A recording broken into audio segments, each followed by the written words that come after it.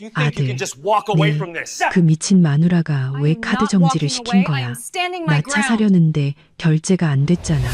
어머님은 전화기 너머로 소리를 질렀고, 1시간 뒤 남편이 내 사무실로 쳐들어와 고함을 쳤다. 야, 안타깝게도 남편은 내가 그들을 위해 또 어떤 깜짝 선물을 준비했는지 전혀 모르고 있었다. 이야기를 시작하기 전에 좋아요를 누르고 채널을 구독해 주세요. 감사합니다. 즐겁게 들어주세요.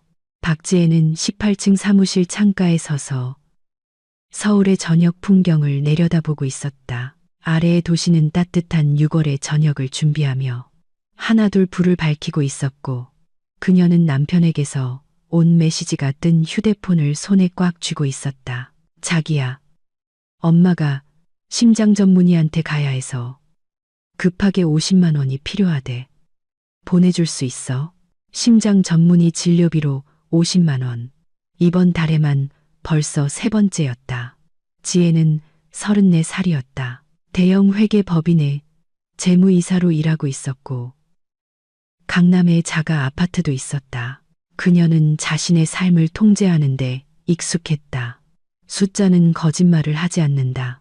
경제학과 1학년 때 배운 철칙이었다. 숫자는 언제나 진실을 말했고, 최근 몇 달간의 숫자는 그녀에게 아주 이상한 이야기를 들려주고 있었다. 그녀는 강박적일 정도로 꼼꼼하게 관리하던 가계부 앱을 열었다. 시댁 지원 항목, 최근 6개월 내역, 1월 280만 원, 2월 370만 원, 3월 560만 원, 4월 740만 원, 5월 690만 원, 그리고 6월은 아직 끝나지도 않았는데 벌써 880만 원이었다.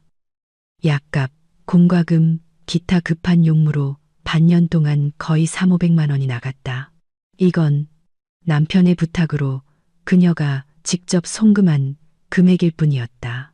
명절, 선물, 식료품비, 어머님 통신비는 포함되지도 않았다. 지혜는 휴대폰을 내려놓고 관자놀이를 문질렀다. 무언가 잘못됐다. 아주 오래전부터 무언가 크게 잘못되었고, 그녀는 너무 오랫동안 애써 외면해왔다. 이민준을 만난 건 4년 전 공통된 친구의 파티에서였다. 지혜는 그때 막 승진했고 새 아파트도 장만해 세상이 발 아래 있는 듯한 기분이었다.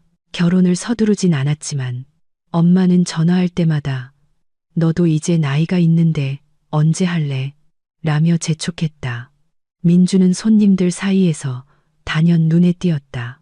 키가 크고 검은 머리에 환한 미소와 지적인 눈빛을 가진 남자였다. 유명 IT 기업의 프로그래머. 안정적인 직업과 수입. 그는 드물게도 남의 말을 잘 들어주었고 유머 감각도 뛰어났다. 파티가 끝날 무렵 지혜는 그를 더 알고 싶다는 생각이 들었다. 그들은 번호를 교환했다. 처음 몇 달은 꿈만 같았다. 민주는 꽃, 레스토랑, 밤의 서울을 배경으로 한 로맨틱한 산책 등 멋지게 구애했다. 매일 밤 잘 자라는 인사를 하려고 전화를 걸었고, 마치 세상에서 가장 흥미로운 이야기인 듯 그녀의 회사 이야기를 들어주었다. 당신은 특별해. 그는 그녀의 눈을 보며 말했다. 이런 여자는 처음 만나봐. 지혜는 그 말에 녹아내렸다. 그녀의 성공을 두려워하거나 기생하려는 남자들과의 실패한 연애 끝에 나타난 민주는 신선한 공기 같았다. 든든하고 다정하고 이해심 많은 남자. 반년 후 그는 그녀의 집으로 이사왔다. 그의 낡은 소파와 냉장고에 맥주와 만두밖에 없던 변두리의 원룸은 과거가 되었다. 내 집은 정말 아늑하다. 이사 온 첫날 밤 그가 그녀를 껴안으며 말했다. 드디어 집에 온 것 같아. 그리고 3개월 후 그들은 혼인 신고를 했다. 화려한 예식 없이 조촐하게. 둘 다 보여주기식은 싫어했다. 가까운 지인들과 작은 식사를 하고 제주도로 짧은 신혼여행을 다녀왔다. 지혜는 행복했다. 마침내 삶이 제자리를 찾은 것 같았다. 그리고 그들의 가정에 최영숙 여사가 들어왔다. 물론 시어머니는 전부터 존재했다. 지혜는 결혼 전에 이미 그녀를 만났고 첫인상은 아주 좋았다. 56살의 작고 통통한 최영숙 여사는 예비 며느리를 두 팔 벌려 환영했다. 말 그대로 그녀는 지혜를 숨이 막힐 정도로 꽉 껴안고 양볼에 입을 맞췄다. 아가, 그녀는 눈물을 글썽이며 외쳤다. 드디어 우리 민준이가 제 짝을 찾았구나. 얘들아, 정말 기쁘다. 지혜는 그때 감동했다. 며느리를 잔소리와 질투로 괴롭히는 괴물 시어머니에 대한 친구들의 이야기를 들은 후라 최영숙 여사는 운명의 선물처럼 보였다. 상냥하고 친절하고 사랑이 넘치는 분. 그녀는 얼마나 큰 착각을 했던가. 변화는 갑자기 찾아오지 않았다. 물이 돌을 닳게 하듯 서서히 눈에 띄지 않게 일어났다. 처음엔 전화였다. 최영숙 여사는 아들에게 매일 전화를 걸었다. 아침에는 잘 잤는지, 낮에는 점심은 먹었는지, 저녁에는 계획이 뭔지 물었다. 민주는 지혜와 영화를 보거나 로맨틱한 저녁 식사를 할 때도 항상 전화를 받았다. 미안, 엄마야. 그가 휴대폰을 집어들며 말했다. 받아야 해. 걱정하시니까. 한 번은 지혜가 식어가는 스테이크와 꺼져가는 촛불 앞에서 앉아 있는 동안 그는 40분이나 어머니와 통화했다. 그날은 그들의 1주년 기념일이었다. 그 다음엔 방문이 시작됐다. 최영숙 여사는 예고 없이 찾아왔다. 토요일 아침 8시에 오기도 하고 평일 밤 10시에 오기도 했다. 그냥 우리 민준이가 보고 싶어서. 그녀는 지혜를 지나쳐 집으로 들어서며 설명했고 올 때마다 흠잡을 것을 찾아냈다. 어머, 샹들리에의 먼지가 이게 뭐니? 민준아, 못 봤니? 아가, 우리 아들한테 이렇게 매운 음식을 먹이는 거니? 애가 어릴 때부터 위염이 있었는데 왜 이렇게 춥니? 민준아, 춥지 않아? 난방기라도 하나 사야겠다. 지혜는 무시하려고 애썼다. 결국 어머니와 아들은 특별한 관계니까 인내심을 갖고 기다리면 모든 게 나아질 거라고 생각했다. 나아지지 않았다. 결혼 후 반년이 지나 지혜는 시어머니가 그들의 아파트 열쇠를 가지고 있다는 사실을 알게 되었다. 평범한 평일이었다. 회의가 취소되어 일찍 퇴근했는데 부엌에 최영숙 여사가 있었다. 시어머니는 식탁에 앉아 지혜가 가장 아끼는 찻잔으로 차를 마시며 서랍에 있던 그녀의 수첩을 넘겨보고 있었다. 안녕하세요. 지혜가 문 앞에 얼어붙은 채 말했다. 어떻게 들어오셨어요? 열쇠로 들어왔지, 당연히. 최영숙 여사는 조금도 당황하지 않았다. 민준이가 혹시 모르니 복사해줬어. 집에 아무도 없는데 불이 나거나 물이 셀 수도 있잖아. 그런데 왜 저한테는 말씀 안 하셨죠? 시어머니는 어깨를 으쓱했다. 글쎄다, 아가. 아마 그럴 필요가 없다고 생각했나 보지. 우린 가족이잖니. 무슨 비밀이 있겠어? 그날 저녁, 지혜는 남편과 이야기하려 했다. 민준 씨, 왜 어머님께 열쇠 드린 거 나한테 말 안 했어요. 그게 뭐 어때서? 그는 휴대폰에서 눈도 떼지 않았다. 엄마가 남도 아니고. 그래도 여긴 우리 집이에요. 예고 없이 누가 들어오는 거 기분 나빠요. 지혜야. 민준이 마침내 고개를 들었다. 그의 눈에는 짜증이 가득했다. 우리 엄마야. 아들 보러 오는 걸 막겠다는 거야? 오시기 전에 전화라도 해달라는 거예요. 그게 기본적인 예의잖아요. 민주는 콧방귀를 뀌고는 방을 나가버렸다. 열쇠는 시어머니에게 그대로 있었고 지혜는 처음으로 자신이 누구와 결혼했는지에 대해 생각했다. 돈을 요구하기 시작한 것도 그 무렵이었다. 처음엔 소소했다. 혈압약 값으로 3만 원. 민준이 지나가는 말처럼 부탁했고 지혜는 생각 없이 주었다. 시어머니는 연세도 있고 연금도 적고 건강도 좋지 않으니까 그게 뭐 대수라고. 두 번째 요구는 일주일 뒤였다. 전기세 5만 원. 엄마가 제때 내는 걸 깜빡하셨대. 연체료가 붙었어. 세 번째는 열흘 뒤였다. 검사비 12만 원. 엄마가 심각한 병이 의심된대. 빨리 검사해 봐야 해. 그 다음엔 치과 치료비, 새 안경, 심장약, 관절염 연고. 결혼 첫 해가 끝날 무렵 지혜는 선물과 식료품, 기타 자잘한 비용을 제외하고도 시어머니에게 약 150만 원을 보냈다. 민준 씨, 어느 날 그녀가 조심스럽게 말을 꺼냈다. 어머님이 그렇게 힘드시면 정부 보조금이라도 신청해 보는 게 어때요? 남편은 마치 그녀가 최영숙 여사를 길거리에 내쫓자고 제안한 것처럼 쳐다봤다. 지혜야, 우리 엄마야. 아버지 없이 혼자 날 키우셨어. 난 엄마한테 모든 걸 빚졌어. 당신은 그 돈이 아까워? 아까운 게 아니라 그럼 시작도 하지 마. 대화는 그걸로 끝이었다. 시간이 흘렀다. 지혜는 월급의 일부가 어머니 돕기에 쓰이는 것에 점차 익숙해졌다. 시어머니의 끝없는 방문과 잔소리, 모든 가족 행사에 최영숙 여사가 당연히 포함되는 것에도 익숙해졌다. 익숙해졌지만 받아들인 것은 아니었다. 마음속 깊은 곳에서는 모래시계의 모래알처럼 짜증이 쌓여갔다. 그녀는 그것을 무시하려 애썼다.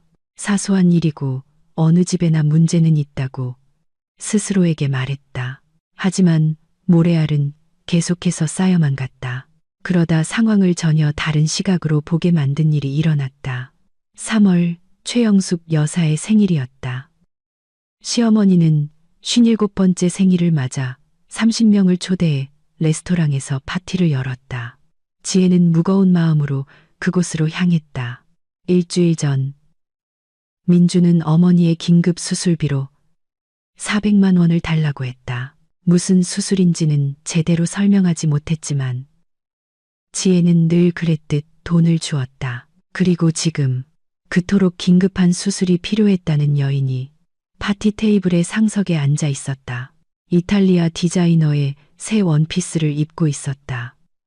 지혜는 브랜드를 좀 알았고 최소 50만 원은 좋게 넘어 보였다. 전에는 없던 진주 목걸이를 하고 비싼 살롱에서 한 머리에 10만 원은 좋게 들었을 네일아트까지. 어머니, 오늘 정말 여왕님 같으세요. 민준이 감탄했다. 너희들을 위해 신경 좀 썼지. 최영숙 여사는 칭찬을 받으며 나긋하게 말했다. 지혜는 남편 옆에 앉아 조용히 관찰했다. 원피스 50만 원, 목걸이 30만 원, 미용실 20만 원, 30명 규모의 레스토랑 파티는 최소 200만 원. 돈이 없다고 늘 불평하는 연금 수급자에게서 어디서 이런 돈이 났을까? 모으셨겠지. 지혜는 스스로를 타일렀다. 아니면 친구들이 십시일반 보탠 거나. 그녀는 그렇게 믿고 싶었다. 생일 파티가 끝나도 의심은 사라지지 않았다. 오히려 지혜는 전에는 무심코 지나쳤던 것들을 알아차리기 시작했다. 시어머니 댁에 거대한 새 TV. 친구가 할인받아 사줬어. 거의 공짜로. 최영숙 여사의 발에 신겨진 비싼 구두. 세일해서 샀지. 믿어지니? 겨우 5만 원이었어. 에메랄드가 박힌 금 귀걸이. 오랜 친구가 선물해줬어. 보석상에서 일하거든. 모든 새 물건에는 설명이 붙었지만 그것들을 모두 합치면 아주 이상한 그림이 그려졌다. 지혜는 남편에게 물어보려 했다. 민준 씨, 어머님은 저런 물건들 어디서 나시는 거예요? 경제적으로 힘드신 줄 알았는데 엄마는 절약하는 법을 아셔. 그가 퉁명스럽게 말했다. 평생 그렇게 사셨어. 한 푼 두 푼 모으시는 거지. 아무나 당신처럼 돈을 흥청망청 쓰는 줄 알아? 그의 목소리에는 명백한 비난이 섞여 있었다. 지혜는 결코 낭비벽이 없었고 자신의 돈 한 푼 한 푼이 어디로 가는지 정확히 알고 있었다. 적어도 최근까지는 그렇게 생각했다. 5월, 지혜를 완전히 경계하게 만든 사건이 일어났다. 그녀는 중요한 프로젝트 때문에 하루 종일 컴퓨터에서 눈을 떼지 못했다. 휴대폰은 무음 모드였다. 저녁에 드디어 화면을 봤을 때 민준에게서 온부재중 전화 5통과 패닉에 빠진 메시지 3개가 와 있었다. 지혜야, 급히 전화 줘. 아주 중요해. 엄마 집 가스가 끊겼대. 요리를 못 하신대. 돈이 급하게 필요해. 그녀는 바로 전화했다. 휴, 다행이다. 남편의 목소리는 긴장으로 떨렸다. 엄마가 완전 패닉 상태야. 미납으로 가스가 끊겼는데 스트레스 때문에 혈압이 오르셨어. 지금 당장 23만 7천 원이 필요해. 가스 요금이 23만 원이라고요. 지혜가 되물었다. 얼마 동안 밀린 건데요. 몰라. 한 반년쯤. 당신도 알잖아. 엄마가 고지서 같은 거 잘 못 보시는 거. 지혜는 금액이 이상하다고 생각했다. 일반 아파트의 반년 치가스 요금치고는 너무 많았다. 알았어요. 그녀가 말했다. 보내드릴게요. 대신 고지서 사진 찍어서 보내줘요. 도시가스 회사에 직접 납부하고 싶어요. 그게 더 확실하니까. 침묵. 전화기 너머로 나지막한 속삭임이 들렸다. 지혜야, 왜 일을 복잡하게 만들어? 그냥 엄마 계좌로 보내줘. 엄마가 알아서 내실 거야. 그게 제 마음이 편해요. 고지서 아니면 못 보내줘요. 다시 침묵, 다시 속삭임. 알았어. 다시 전화할게. 그는 30분 뒤에 전혀 다른 이야기로 다시 전화했다. 있잖아, 알고 보니 가스는 안 끊겼대. 엄마가 착각하셨어. 사실은 새 안경이 필요하신 거였어. 쓰던 게 부러졌대. 가격도 비슷해. 23만 7천 원. 안경 값으로 23만 7천 원. 참으로 놀라운 우연이었다. 지혜는 그때 예금이 묶여 있다고 핑계를 대고 돈을 주지 않았다. 민주는 삐쳐서 3일 동안 그녀와 거의 말도 하지 않았다. 하지만 바로 이 사건 이후 그녀는 자신의 재정을 더 자세히 들여다보기로 결심했다. 평범한 6월의 저녁이었다. 지혜는 사무실에 앉아 업무를 마무리하던 중 큰 지출을 앞두고 카드 잔액을 확인하기로 했다. 새로 살 노트북을 봐둔 참이었다. 은행 앱을 열고 거래 내역을 훑어보던 그녀는 그대로 멈췄다. 6월 16일 시코르 28만 원. 지혜는 16일에 부산으로 출장을 갔던 것을 똑똑히 기억했다. 그녀는 어떤 쇼핑도 하지 않았다. 스크롤을 더 내렸다. 6월 14일 노원구 5호은행 ATM 현금 인출 40만 원. 노원구 최영숙 여사가 사는 동네였다. 6월 11일 신세계 백화점 주얼리 53만 원. 지혜가 마지막으로 장신구를 산 것은 5년 전이었다. 6월 8일 빅사이즈 여성 의류 전문점 31만 원. 지혜는 그 가게를 알았다. 66 사이즈 이상의 옷을 전문으로 파는 곳이었다. 그녀는 44 사이즈를 입었다. 손이 떨리기 시작했다. 그녀는 펜을 잡고 의심스러운 거래 내역을 적어 내려갔다. 2달 동안 합산하니 520만 원. 그녀가 결제하지 않은 금액이었다. 처음 든 생각은 사기였다. 누군가 카드를 복제했거나 계정 정보를 해킹했거나. 하지만 그 가설은 금세 무너졌다. 모든 결제는 실물 카드와 비밀번호 입력으로 이루어졌다. 사기꾼들은 그렇게 일하지 않는다. 그들은 온라인 결제, 빠른 송금, 다른 도시에서의 인출을 선호한다. 하지만 이건 서울 시내의 매장, 쇼핑몰의 주얼리샵, 시어머니 집 근처의 ATM이었다. 지혜는 지갑에서 카드를 꺼냈다. 제자리에 있었고 바뀐 흔적도 없었다. 그렇다면 누군가 그녀의 카드를 가져가서 쓰고 제자리에 돌려놓았다는 뜻이다. 그녀의 물건에 접근할 수 있고 비밀번호를 아는 누군가. 비밀번호를 아는 사람은 2명이었다. 그녀 자신과 민준. 결혼했을 때 그가 만약을 대비해 알려달라고 했다. 지혜는 그게 뭐 대수냐고 생각했다. 부부 사이에 무슨 비밀이 있겠어. 하지만 민준이 화장품 가게나 빅사이즈 옷 가게에서 쇼핑할 리는 없었다. 그는 쇼핑을 질색했다. 대신 쇼핑을 아주 좋아하는 다른 누군가가 있었다. 그들의 아파트 열쇠를 가진 누군가. 그리고 딱 66 사이즈 이상을 입는 누군가. 최영숙 여사. 지혜는 숫자 목록을 보며 미동도 없이 앉아 있었다. 차가운 파도가 밀려오는 것을 느꼈다. 뜨거운 분노가 아니라 차갑고 계산적인 분노였다. 그랬구나. 민준이 자기 엄마에게 그녀의 카드 비밀번호를 알려줬고 최영숙 여사는 아파트 열쇠를 가지고 있었다. 시어머니는 그들이 집에 없을 때 와서 지혜의 가방에서 카드를 꺼내 쇼핑을 하고 제자리에 돌려놓았던 것이다. 아니면 더 간단하게 민준이 직접 어머니에게 카드를 건넸을 수도 있다. 약값을 달라는 끝없는 요구는 부수입, 즉 주된 도둑질에 붙는 보너스였던 것이다.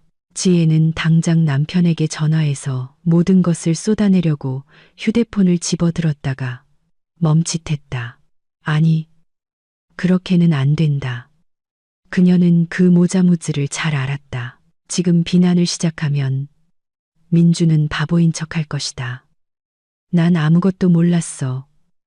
엄마가 그럴 리 없어. 당신이 다 꾸며내는 거야. 그리고 최영숙 여사가 가세할 것이다. 눈물, 히스테리. 어떻게 병든 늙은이를 의심할 수 있니? 둘은 합심해서 늘 그랬듯 그녀를 악녀로 만들 것이다. 증거가 필요했다. 명백하고 반박할 수 없는 증거.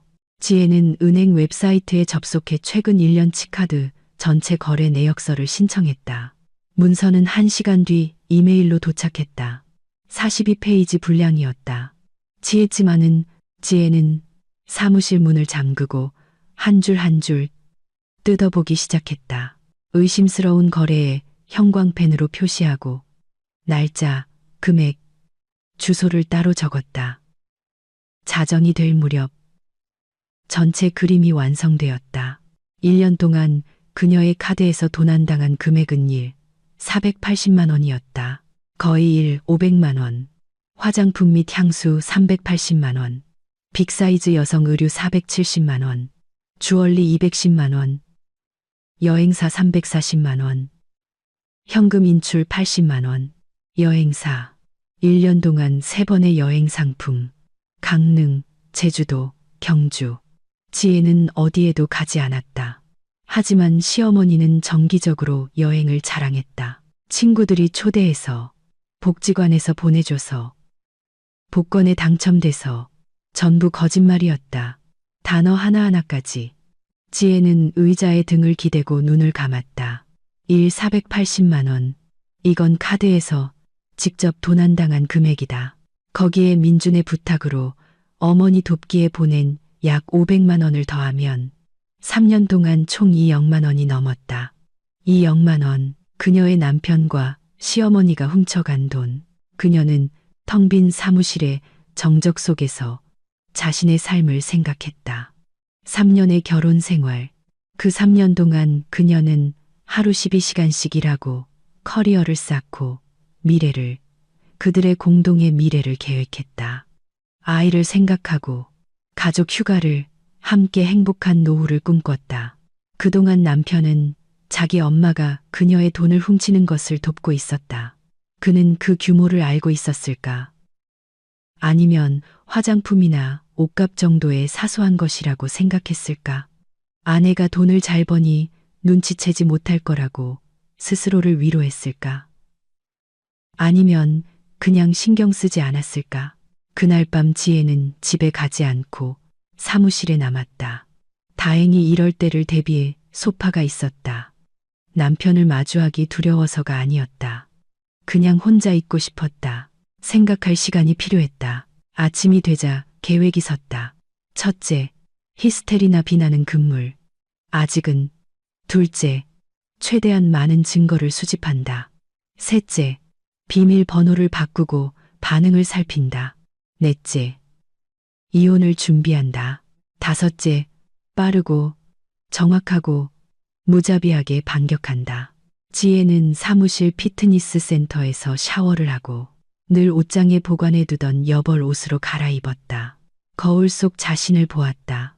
늘 짓던 부드러운 미소 대신 굳은 표정과 꽉 담은 입술이 있었다.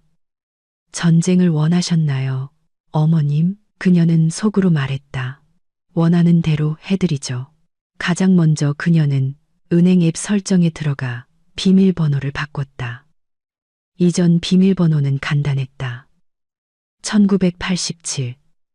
그녀의 출생연도. 민주는 외우고 있었다. 새 비밀번호는 무작위로 4729를 선택했다. 휴대폰에 암호화된 메모에 적어두었다. 그 다음 모든 거래에 대한 즉시 알림을 켰고 마지막으로 현금 인출 한도를 하루 50만 원으로 설정했다. 덫은 준비되었다. 그녀는 평소처럼 저녁에 집에 돌아왔다. 민주는 소파에 앉아 휴대폰을 보고 있었다. 아내를 보자 미소를 지었다. 왔어, 자기야. 오늘 늦었네. 일이 많았어. 지혜는 부엌으로 갔다. 엄마한테 전화 왔었는데 주말에 언제 올 거냐고 물으시더라. 파이 구워 놓으신대. 주말에 바빠. 프로젝트 마감이야. 민준이 미간을 찌푸렸다. 당신 요즘 엄마한테 좀 이상하게 구는 것 같아. 당신이 전화도 잘 안 한다고 섭섭해 하시던데. 지혜는 냉장고에서 요거트를 꺼내 식탁에 앉았다. 안부 전해드려. 그게 다야? 응, 그게 다야. 남편은 의아한 표정으로 그녀를 쳐다봤지만 더 묻지는 않았다. 다시 휴대폰으로 돌아갔고 지혜는 앉아서 기다렸다. 기다림은 길지 않았다. 다음 날 오전 11시경 지혜의 휴대폰에 메시지가 쏟아졌다. 먼저 은행에서 온 알림. 현금 인출 시도 거절됨. 비밀번호 오류. 그리고 또 하나. 현금 인출 시도 거절됨. 비밀번호 오류. 그리고 또 현금 인출 시도 거절됨. 카드가 일시적으로 정지되었습니다. 옛 비밀번호로 3번 시도. 누군가 돈을 인출하고 싶어. 안달이 났지만 왜 안 되는지 이해하지 못하고 있었다. 지혜는 알림에 찍힌 ATM 주소를 확인했다. 노원구. 그녀는 비웃으며 휴대폰을 치웠다. 시작이었다. 20분 뒤 민준에게서 전화가 왔다. 지혜야, 당신 카드에 문제 없어? 응. 왜? 아니, 엄마한테 전화 왔는데 돈 좀 찾으려고 하셨대. 아니, 내가 집안 물건 좀 사달라고 부탁했거든. 근데 카드가 안 된대. 그의 목소리는 긴장되어 있었고 부자연스럽게 태연한 척했다. 이상하네. 지혜가 차분하게 말했다. ATM이 고장났나 보지. 그런가 봐. 혹시 비밀번호 바꿨어? 실수로라도. 어제 바꿨어. 침묵. 왜? 보안 때문에 반년에 한 번씩 바꾸는 게 좋대. 그래서 새 비밀번호가 뭔데? 민준 씨. 지혜는 옅은 미소를 지었다. 보안 수칙 알잖아. 비밀번호는 가까운 사람한테도 알려주면 안 되는 거. 난 당신 남편이잖아. 그래서 그게 무슨 말이야? 우린 가족인데. 무슨 비밀이 있어? 비밀번호는 비밀이 아니야. 내 돈을 지키는 방패지. 민주는 잠시 말이 없었다.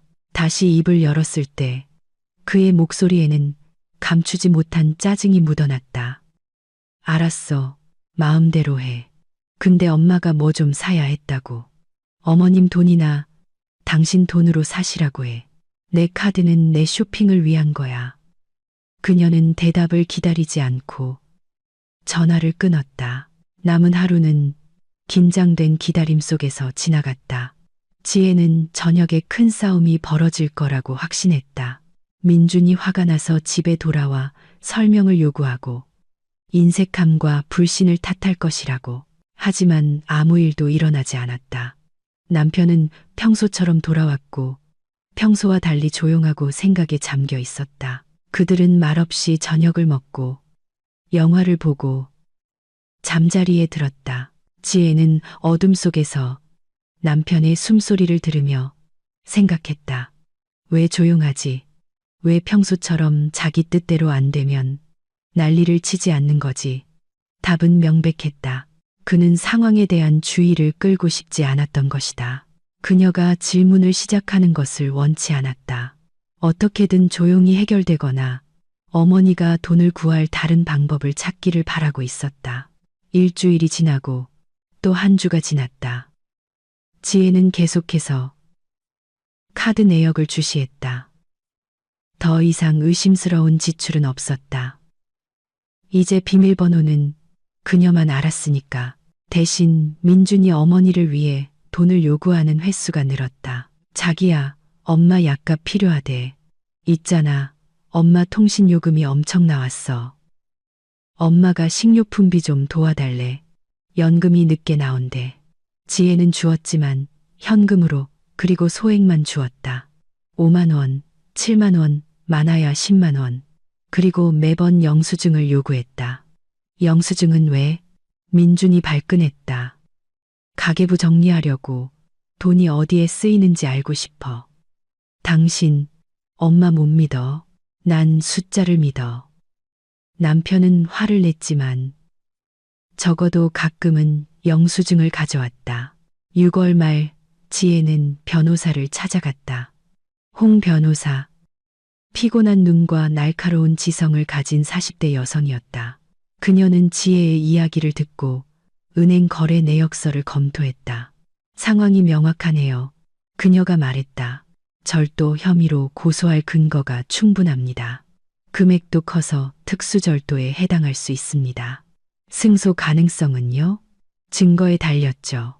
날짜와 주소가 적힌 내역서가 있으니 좋습니다. 본인 사이즈가 아닌 옷을 구매한 내역도 증거가 되고요. 매장 CCTV 영상과 증인 진술을 확보하면 더 간단해집니다. 남편은요? 공범이죠. 비밀번호와 집 열쇠를 넘겼으니까요. 그도 연루시킬 수 있습니다. 지혜는 고개를 끄덕였다. 고소하고 싶어요. 그리고 이혼도요. 이혼은 더 간단합니다. 아파트는 본인 명의고 공동재산이나 자녀도 없으니 빨리 처리될 겁니다. 남편이 반대할 거예요. 반대하게 두세요. 어차피 법은 당신 편입니다. 지혜는 가방에서 서류 폴더를 꺼냈다. 언제부터 시작할까요? 다음 며칠 동안 지혜는 준비했다. 모든 증거를 모았다. 내역서, 알림 스크린샷, SNS에 올라온 시어머니의 새 옷 입은 사진과 개시 날짜, 중요한 서류들을 복사해 사무실에 숨겼다. 민준이 모르는 계좌로 저축의 일부를 옮겼다. 친구 유진에게 이야기하고 만일의 경우 그녀의 집에 머물 수 있도록 약속했다. 그리고 마침내 경찰에 제출할 고소장을 작성했다. 아직 제출하지는 않고 책상 서랍에 넣어둔 채 적절한 때를 기다렸다. 직감적으로 그 기다림이 오래가지 않을 것임을 알았다. 때는 7월 첫째 주 금요일에 찾아왔다. 지혜가 사무실에 앉아 이메일을 확인하고 있을 때 휴대폰이 진동했다. 은행에서 온 메시지. 200만 원 결제 시도 거절됨. 잔액 부족. 200만 원. 지혜는 믿을 수 없어서 메시지를 3번이나 다시 읽었다. 그리고 거래 시도 장소를 확인했다. 현대자동차 대리점. 누군가 그녀의 카드로 차를 사려고 했다. 1분 뒤 두 번째 메시지가 왔다. 200만 원 결제 시도 거절됨. 비밀번호 오류. 1분 뒤 세 번째, 3회 비밀번호 오류로 카드가 일시 정지되었습니다. 지혜는 의자 등받이에 기댔다. 최영숙 여사가 증인들이 있는 자동차 대리점에서 그녀의 카드로 200만 원짜리 차를 사려고 했다. 모든 게 잘 될 거라는 완전한 확신을 가지고 지혜는 갑자기 신경질적인 웃음을 터뜨렸다. 유리 칸막이 너머의 동료들이 소리에 돌아봤지만 그녀는 신경 쓰지 않았다.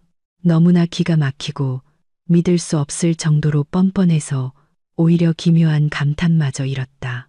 시어머니는 좀도둑질을 하는 수준이 아니었다. 아예 자동차 한 대를 훔치려 한 것이다. 이걸 어떻게 설명할 생각이었을까? 우리 민준이가 사줬다. 복권에 당첨됐다. 친구가 필요 없다고 줬다. 지혜는 휴대폰 화면을 보며 기다렸다. 남편의 전화를, 시어머니의 히스테리를, 자신이 일으킨 폭풍의 시작을 기다렸다. 그녀는 책상 서랍에서 서류 폴더를 꺼냈다. 경찰 고소장이 맨 위에 있었다. 서명까지 마친, 제출 준비가 끝난 상태였다. 그 옆에는 이혼 소장 사본이, 또 그 옆에는 거래 내역이 표시된 은행 내역서가 있었다. 모든 게 준비되었다. 3년 동안 그녀는 참았다. 3년 동안 조종과 돈 뜯어내기, 그녀의 집과 삶에 대한 무례한 침범을 눈감아 주었다. 이제 끝이다. 시어머니는 모성애를 방패 삼아 처벌받지 않고 훔칠 수 있다고 생각했다. 남편은 아내를 배신하고도 좋은 사람으로 남을 수 있다고 생각했다. 둘 다 틀렸다. 책상 위 전화기는 조용했지만 지혜는 오래가지 않을 것임을 알았다. 곧 민준이 전화할 것이다. 곧 싸움이 시작될 것이다. 곧 그녀의 모든 삶이 영원히 바뀔 것이다. 그녀는 준비가 되어 있었다. 아니, 오히려 기다리고 있었다. 지혜는 의자에 등을 기대고 미소 지었다. 이길 것을 아는 사람의 미소였다. 이건 이야기의 일부일 뿐이었다. 가장 흥미로운 부분은 이제부터였다. 전화벨이 울린 것은 11시 반이었다. 지혜가 사무실에서 다가올 대화를 위해 서류를 준비하고 있을 때 화면에 민준이라는 이름이 떴다. 그녀는 전화를 받고 즉시 귀에서 뗐다. 아들, 내 그 미친 마누라가 왜 카드 정지를 시킨 거야? 나 차 사려는데 결제가 안 됐잖아. 대리점에서 완전 망신당했어. 남편 옆에서 시어머니가 빽빽 소리 질렀고 그 목소리는 스피커를 통해서도 귀를 찢을 듯했다. 지혜야, 이번엔 민준이었다. 너 무슨 짓을 한 거야? 엄마 지금 난리 나셨어. 경찰에 잡혀갈 뻔했다고. 뭐 때문에요? 카드가 안 먹히니까. 차 계약금 내려는데 내 그거지 같은 카드가 정지됐잖아. 보안 요원이 경찰을 불렀다고. 엄마 지금 울고불고 난리야. 혈압 오르셨어. 지혜는 그 고함을 들으며 이상한 평온함, 심지어 만족감까지 느꼈다. 민준 씨, 그녀가 차분한 목소리로 말했다. 당신 어머니는 내 허락도 없이 내 카드로 200만 원짜리 차를 사려고 했어. 그건 절도야. 무슨 절도? 우린 가족이잖아. 당신 어머니는 내 가족 아니야. 그리고 내 돈은 그분 돈이 아니고. 지금 갈 테니까 기다려. 그가 소리쳤다. 야, 너 내가 가만 안 둬. 전화가 끊겼다. 지혜는 시계를 봤다. 지금 출발하면 1시간 뒤에 도착할 것이다. 그녀는 휴대폰을 내려놓고 미소 지었다. 모든 것이 계획대로였다. 남편이 오는 동안 지혜는 행동했다. 첫 번째 전화는 변호사에게. 홍 변호사님, 박지혜입니다. 준비 다 됐나요? 네. 이혼 서류는 오전에 접수됐고 절도 고소장도 경찰에 등록됐습니다. 좋아요. 퇴거 통지서는요? 퀵으로 1시간 전에 배달 완료했습니다. 두 번째 전화는 용달 이사업체에. 기사님, 짐 좀 옮겨야 하는데요. 남자 짐만 챙겨서 이 주소에서 저 주소로 옮겨주세요. 그녀는 자신의 집 주소와 시어머니 집 주소를 불러주었다. 세 번째 전화는 열쇠 업체에. 지금 바로 현관문 잠금장치 교체해야 하는데요. 네, 오늘이요. 긴급 출장비 추가로 드릴게요. 지혜는 전화를 끊고 의자에 기댔다. 1시간 뒤, 민주는 자신의 인생이 영원히 바뀌었다는 것을 알게 될 것이다. 그는 태풍처럼 사무실로 쳐들어왔다. 안내 데스크에서 요란한 소리가 나고 비서의 외침, 복도를 울리는 발소리, 그리고 사무실 문이 벽에 부딪혔다. 문턱에는 민준이 서 있었다. 붉어진 얼굴, 광기 어린 눈, 꽉 쥔 주먹, 셔츠는 바지 밖으로 삐져나와 있었고 술 냄새가 풍겼다. 야, 이 미친. 그가 안으로 들어섰다. 내가 너 가만 안 둬. 문 닫아. 지혜가 조용히 말했다. 문 따위가 문제냐. 너 지금 무슨 짓을 했는지 알아? 엄마 병원에 입원하셨어. 어느 병원? 뭐? 병원 이름이랑 주소대. 전화해서 확인해 보게. 그는 말문이 막혔다. 집에 계셔. 의사가 다녀갔어. 그럼 병원은 아니네.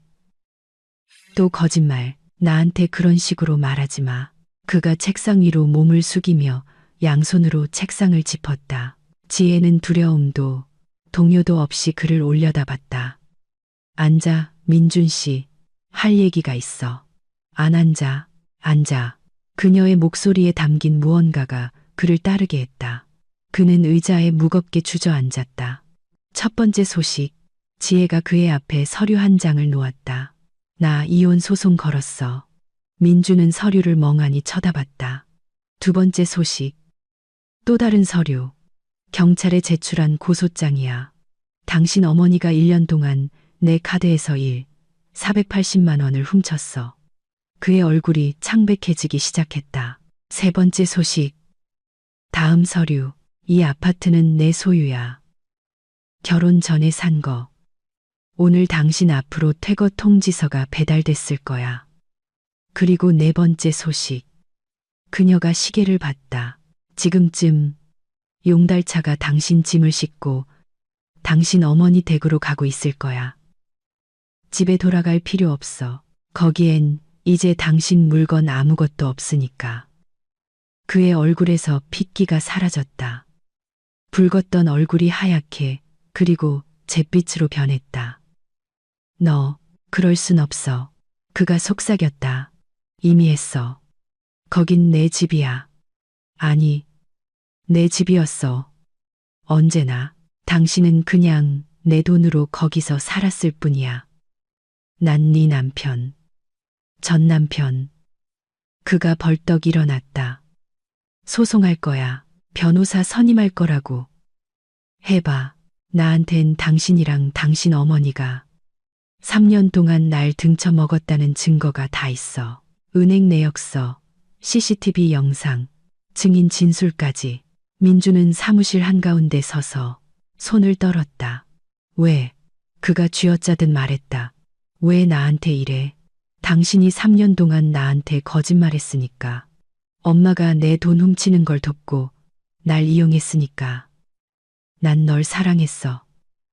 아니, 당신은 내 아파트랑 내 월급을 사랑했지. 그녀는 일어나서 문을 열었다. 나가, 나 일해야 해, 지혜야. 보안팀에 얘기해놨어. 스스로 안 나가면 끌려나갈 거야. 그는 몇 초간 그녀를 쳐다봤다. 그의 눈에는 처음으로 안 되라는 말을 들은 아이 같은 당혹감이 서려 있었다. 그리고는 말없이 나갔다. 지혜는 문을 닫고 그 문에 등을 기댔다. 1라운드는 이겼다. 저녁에 그녀는 집으로 돌아왔다. 아파트는 텅 비고 조용했다. 민준의 옷장은 비어 있었고 욕실에 그의 선반도, 현관에 그의 슬리퍼도 사라졌다. 3년 동안 그녀는 자신을 배신한 남자와 이 공간을 공유했다. 이제 마침내 혼자였다. 지혜는 와인 한 잔을 따라 소파에 앉아 유진에게 전화했다. 어떻게 됐어? 친구가 바로 전화를 받았다. 다 끝났어. 서류 제출했고 짐 뺐고 자물쇠도 바꿨어. 그는 사무실로 쳐들어와서 소리 지르고 협박했어. 서류 보여주니까 바로 꼬리 내리더라. 기절하는 줄 알았어. 잘했어. 시어머니는 내 카드로 200만 원짜리 차 사려고 했대. 뭐? 차 유진아. 명품 가방이나 반지가 아니라 차 한 대를 통째로. 그 할머니 배포가 장난 아니더라. 배포가 아니라 범죄지. 이제 그분은 형사 처벌받게 될 거야. 그들은 잠시 침묵했다. 너는 괜찮아? 유진이 물었다. 그래도 3년이나 같이 살았잖아. 이상하게도 괜찮아. 울고 후회할 줄 알았는데 그냥 후련하기만 해. 네가 이미 오래전부터 모든 걸 알고 있었기 때문일 거야. 그냥 인정하기 싫었던 거지. 그런가 봐. 다음 날부터 전쟁이 시작됐다. 최영숙 여사는 포기할 생각이 없었다. 아침에는 회사 전화로 전화가 왔다. 비명, 욕설, 협박, 도둑년, 가정 파괴범. 지혜는 조용히 듣다가 끊었다. 낮에는 사무실로 찾아왔다. 헝클어진 머리에 광기 어린 눈으로 나타나 안내 데스크에서 난동을 부리며 자기가 강도를 당했다고 소리쳤다. 보안 요원이 그녀를 건물 밖으로 끌어냈다. 저녁에는 담당 형사에게서 연락이 왔다. 박지혜 씨, 강 형사입니다. 시어머님께서 경찰서에 오셔서 소란을 피우고 근무 중인 경찰관을 폭행하려 했습니다. 15일간 유치장, 구류 조치되었습니다. 정말요? 네. 앞으로 2주간은 구치소에서 보내시게 될 겁니다. 지혜는 전화를 끊고 피식 웃었다. 최영숙 여사가 유치장에 화장도 머리 손질도 비싼 옷도 없이 정의는 살아 있었다. 며칠 뒤 법원 집행관실에서 전화가 왔다. 박지혜 씨, 채무자 최영숙 씨의 재산에 대한 가압류가 집행되었습니다. 아파트와 자동차입니다. 자동차요? 네. 2021년식 현대 그랜저입니다. 지혜는 의자에 기댔다. 그랜저, 3년 동안 약값을 구걸하던 여자가 4억만 원짜리 차를 가지고 있었다니. 알려주셔서 감사합니다. 15일은 금방 지나갔다. 지혜는 일하고, 운동하고, 친구들을 만났다. 3년 만에 처음으로 자신을 위한 시간을 가졌다. 시어머니의 전화도, 돈 요구도, 싸움도 없었다. 그냥 평범한 삶이었다. 최영숙 여사는 구치소에서 나오자마자 지혜에게 연락을 시도했다. 다른 번호로 전화를 걸고 아파트 앞에서 잠복했다. 지혜는 경찰을 불렀다. 경찰은 조서를 작성하고 시어머니에게 경고했다. 스토킹을 계속하면 새로운 사건으로 입건될 것이라고. 최영숙 여사는 저주를 퍼부으며 떠났고 다시는 나타나지 않았다. 그동안 민준도 가만히 있지 않았다. 그는 맞고소를 했다. 지혜를 명예훼손과 협박 혐의로 고소했다. 전형적인 수법이죠. 변호사가 설명했다. 수사를 혼란스럽게 하려는 맞고소는 우리 증거 앞에서는 통하지 않을 겁니다. 그리고 통하지 않았다. 강 형사는 은행 내역서, 매장 CCTV 영상, 판매원들의 진술 등 모든 자료를 수집했다. 특히 자동차 대리점의 영상이 결정적이었다. 최영숙 여사가 매니저에게 아들 와이프 카드라며 우리는 한 가족이라고 설명하는 장면이 고스란히 담겨 있었다. 명백한 고의의 증거입니다. 형사가 말했다. 그녀는 누구의 카드인지 알면서 의도적으로 사용했습니다. 사건을 검찰로 송치합니다. 민주는 몇 번이나 그녀에게 연락하려 했다. 전화했지만 받지 않았고 문자를 보냈지만 삭제했다. 아파트 앞에서 기다렸지만 그녀는 경찰을 불렀다. 세 번째 경찰 출동 이후 그는 포기했다. 가끔 지혜는 멀리서 그를 보았다. 그는 몇 주 사이에 많이 변해 있었다. 살이 빠지고 수척해지고 눈 밑에는 검은 그림자가 드리워져 있었다. 얻어맞은 개처럼 고개를 숙이고 다녔다. 그녀는 그가 불쌍하지 않았다. 그는 자신의 선택을 했고 이제 그 결과와 함께 살아야 했다. 재판은 가을 중순으로 잡혔다. 지혜는 철저히 준비했다. 모든 서류를 모으고 변호사와 함께 증언을 연습하고 예상 질문에 대한 답변을 구상했다. 그녀는 전쟁에 대비했고 전쟁은 눈앞에 있었다. 법정은 가득 찼다. 지혜는 차분하고 침착하게 자리에 앉아 있었다. 옆에는 홍 변호사가 있었다. 그들 앞 테이블에는 사건의 결과를 결정할 서류 폴더가 놓여 있었다. 반대편에는 최영숙 여사가 있었다. 시어머니는 불쌍한 희생자 코스프레를 하고 나타났다. 어둡고 수수한 원피스, 화장기 없는 얼굴, 떨리는 손. 그녀는 연신 손수건으로 눈가를 닦으며 한숨을 내쉬었다. 그 옆에는 창백하고 수척하며 구겨진 양복을 입은 민준이 앉아 있었다. 그는 몇 달 사이에 10년은 늙어 보였다. 모두 자리에서 일어나 주십시오. 재판을 시작하겠습니다. 모두 일어섰다. 재판은 최영숙 여사의 변호인 발언으로 시작되었다. 재판장님, 제 의뢰인은 여러 질병을 앓고 있는 고령의 여성입니다. 그녀는 며느리의 카드를 사용할 권리가 있다고 진심으로 믿었습니다. 그들 가족은 재정을 공유하는 것이 관례였으며 어떠한 악의도 없었습니다. 지혜는 그 거짓말을 묵묵히 들었다. 그리고 그녀가 입을 열었다. 재판장님, 증거를 제출하겠습니다. 그녀는 일어나 서류를 펼쳐놓기 시작했다. 1년간의 은행 거래 내역서입니다. 피고가 제 카드에서 훔친 금액은 총일 480만 원입니다. 판사가 서류를 받아들었다. 거래 목록에는 화장품, 의류, 주얼리, 여행 상품이 가득했다. 특히 이 빅사이즈 의류 매장을 주목해 주십시오. 이 옷들은 66 사이즈 이상입니다. 저는 44 사이즈를 입습니다. 최영숙 여사가 자리에서 꿈틀거렸다. 네, 여행사 내역입니다. 1년 동안 3번의 여행, 강릉, 제주, 경주. 저는 어디에도 가지 않았지만 피고는 SNS에서 정기적으로 여행을 자랑했습니다. 지혜는 인쇄물을 꺼냈다. 이것은 그녀의 SNS 페이지 스크린샷입니다.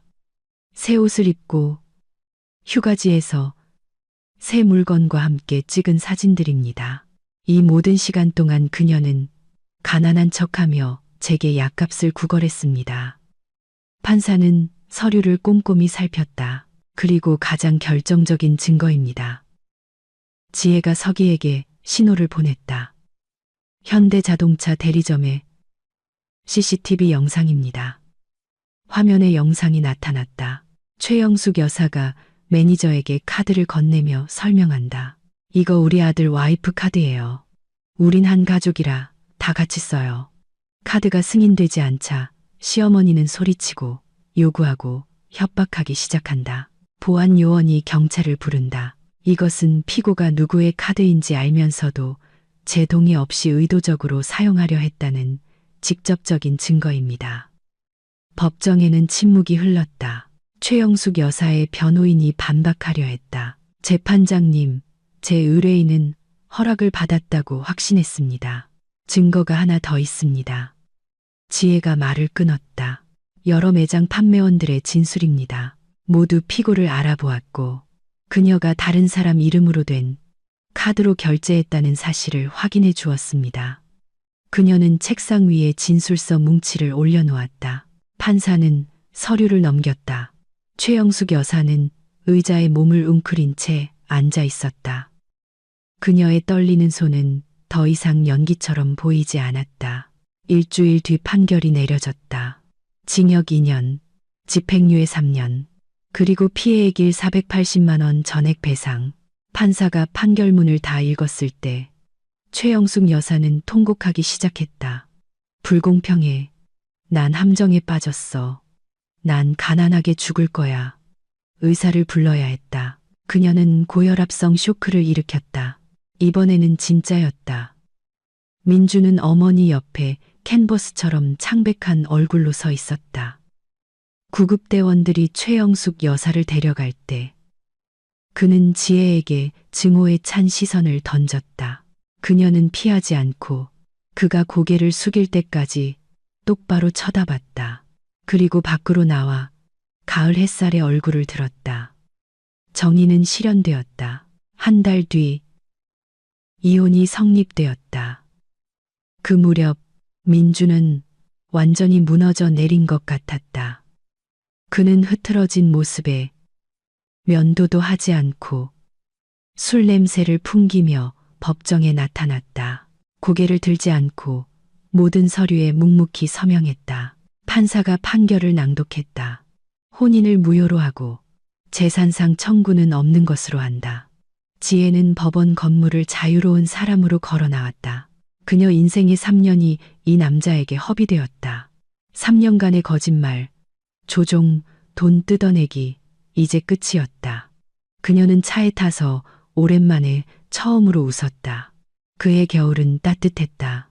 지혜는 일에 몰두했고 큰 프로젝트를 성공적으로 마쳐 보너스를 받았다. 송년회에서 상사가 그녀를 따로 불렀다. 연휴 끝나고 할 얘기가 있어요. 대화는 1월에 이루어졌다. 그녀는 연봉 인상과 권한 확대를 조건으로 부서장 자리를 제안받았다. 그녀는 망설임 없이 수락했다. 25층의 새 사무실, 3면이 통유리창, 개인 비서. 지혜는 창가에 서서 겨울의 서울을 내려다봤다. 반년 전 그녀는 자신을 배신한 남자와 결혼한 상태였다. 반년 전 시어머니는 그녀의 돈을 훔치고 있었다. 이제는 자유였다. 봄이 되자 전 남편과 시어머니에 대한 소문이 들려왔다. 최영숙 여사는 배상금을 갚지 못해 재산을 팔아야 했다. 처음엔 차, 그 다음엔 아파트. 그녀가 30년을 살았던 그 오래된 아파트였다. 이제 그들은 변두리의 원룸 월세방에서 근근히 살고 있었다. 연금으로는 겨우 먹고 살 정도였다. 민주는 직장을 잃었다.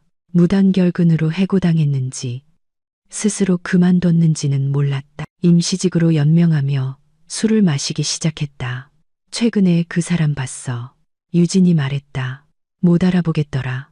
늙고 면도도 안 하고 눈은 충혈돼서 길에서 비틀거리더라. 자업자득이지. 불쌍하지 않아? 지혜는 고개를 저었다. 그는 성인이었고 평범한 남편이 될 수도 있었어. 하지만 마마보이와 도둑이 되기를 선택했지. 그건 그의 선택이야. 여름 그녀의 삶에 강지훈이 나타났다. 그들은 1층 카페에서 우연히 부딪혔다. 그는 옆 건물에서 일하는 건축가였다. 이야기를 나누다 번호를 교환했다. 첫 데이트는 조심스러웠다. 모든 것을 겪은 후 지혜는 마음을 여는 것을 서두르지 않았다. 하지만 지우는 인내심이 강했다. 압박하지도 재촉하지도 않고 그냥 곁에 있어 주었다. 가을이 되자 그들은 공식적으로 연인이 되었다. 그 사람 어머니는 유진이 캐물었다. 계셔. 부산에 사셔. 1년에 한 번 오시고 우리 삶에 간섭 안 하셔. 완벽하네. 10월 강 형사에게서 전화가 왔다. 박지혜 씨 소식 전해드릴 게 있습니다. 최영숙 씨가 어젯밤 심장마비로 사망했습니다. 지혜는 말없이 창밖을 보았다. 이는 집행 절차가 종료되었음을 의미합니다. 배상금을 받을 대상이 없어진 거죠. 알겠습니다. 안타깝네요. 알려주셔서 감사합니다. 그녀는 전화를 끊었다. 최영숙 여사가 죽었다.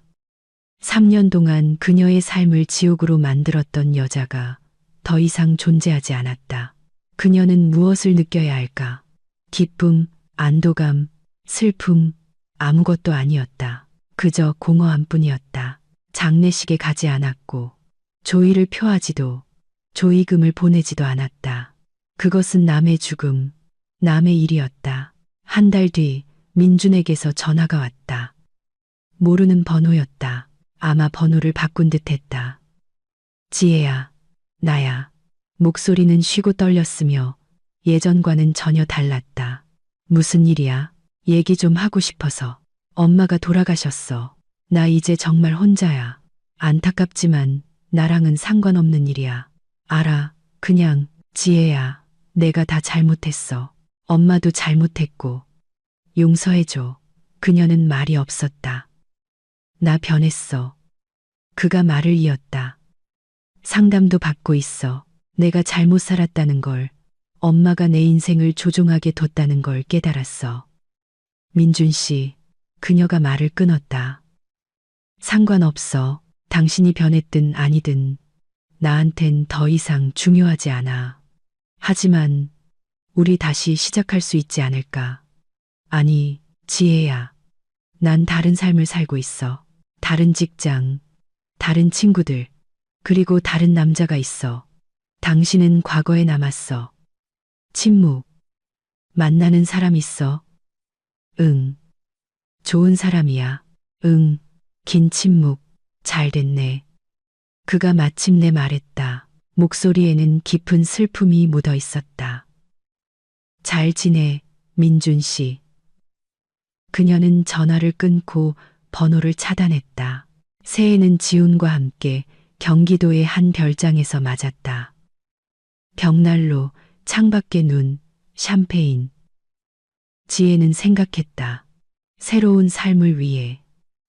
그들은 잔을 부딪혔다. 1년 전 그녀는 자신을 배신한 남자와 결혼한 상태였다. 지금은 벽난로, 눈, 좋은 남자가 곁에 있었다. 인생은 계속되었다. 봄에 지훈이 청혼했다. 이탈리아의 해변가 작은 마을. 바다 위로 지는 노을. 그가 무릎을 꿇고 반지를 꺼냈다. 지혜야, 사랑해. 나랑 결혼해 줄래? 그녀는 그를 바라보았다. 1년 동안 한 번도 그녀를 속이거나 엄마를 위해 돈을 요구하거나 싸움을 걸지 않았던 차분하고 든든한 남자. 응. 그가 반지를 끼워주고 그녀를 껴안았다. 그 순간 지혜는 깨달았다. 모든 것이 헛되지 않았다는 것을. 3년간의 지옥은 헛되지 않았다. 그 경험이 없었다면 지금의 자신이 될 수 없었을 것이고, 자신을 소중히 여기는 법을 배우지 못했을 것이며, 진정으로 사랑해주는 사람을 만나지 못했을 것이다. 결혼식은 여름에 올렸다. 가까운 사람들만 초대해 작게. 보여주기식은 없었다. 지훈의 어머니가 부산에서 올라오셨다. 최영숙 여사와는 전혀 다른 따뜻하고 유쾌한 분이었다. 우리 아들 행복하게 해줘서 고마워요. 그녀가 지혜를 안으며 말했다. 1년 뒤 딸이 태어났다. 절대 남에게 이용당하며 살지 마라.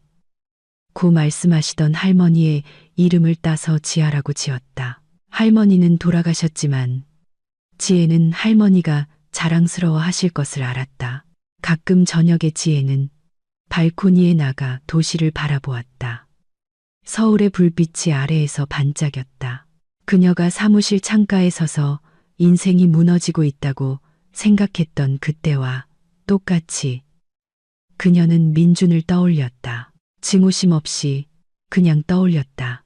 최근 소문에 따르면 그는 월세방에서 혼자 살며 일도 안 하고 술만 마시고 집 밖에도 거의 나가지 않는다고 했다. 그림자 같은 존재가 되어버렸다.